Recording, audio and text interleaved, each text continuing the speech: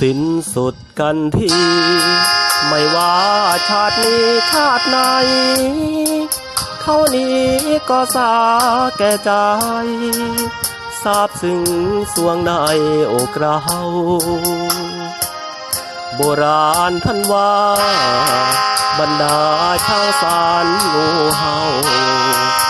อีกทั้งข้าเก่าเมียรักท่านเปรียบไว้นัก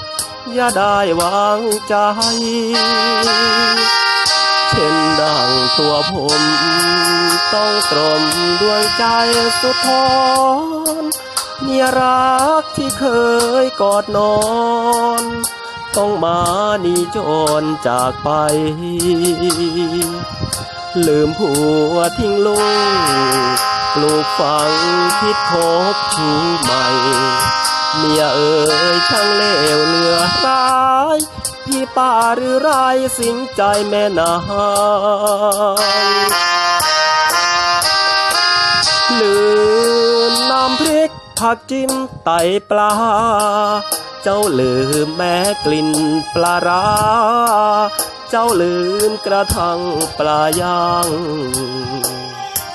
เจ้าไม่ทวินโบยปีกบินคิดติดปีกข้างอำลาผัวป้ายไกลห่างทิ้งลูกร้องครางเสียแทบขาดใจสิ้นสุดกันเถิดนาแม่นางโมราใจสองชาตินี้ไม่ขอไฟปองให้มามัวมองต่อไปสงสารแต่ลูกต้องมาคร่ำครวญร้องไห้ลูกเอ๋ยแม่จากเจ้าไปพ่อยังเลี้ยงได้นะลูกยา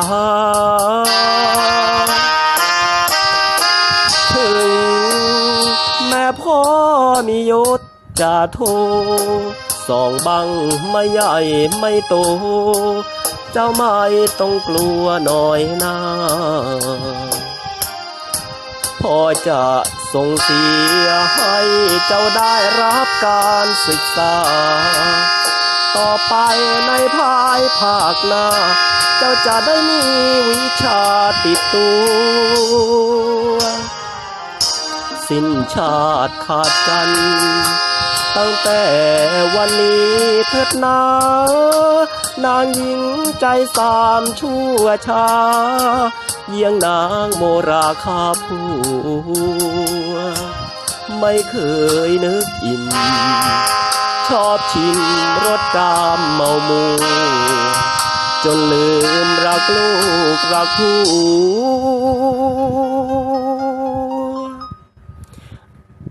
น้ำใจ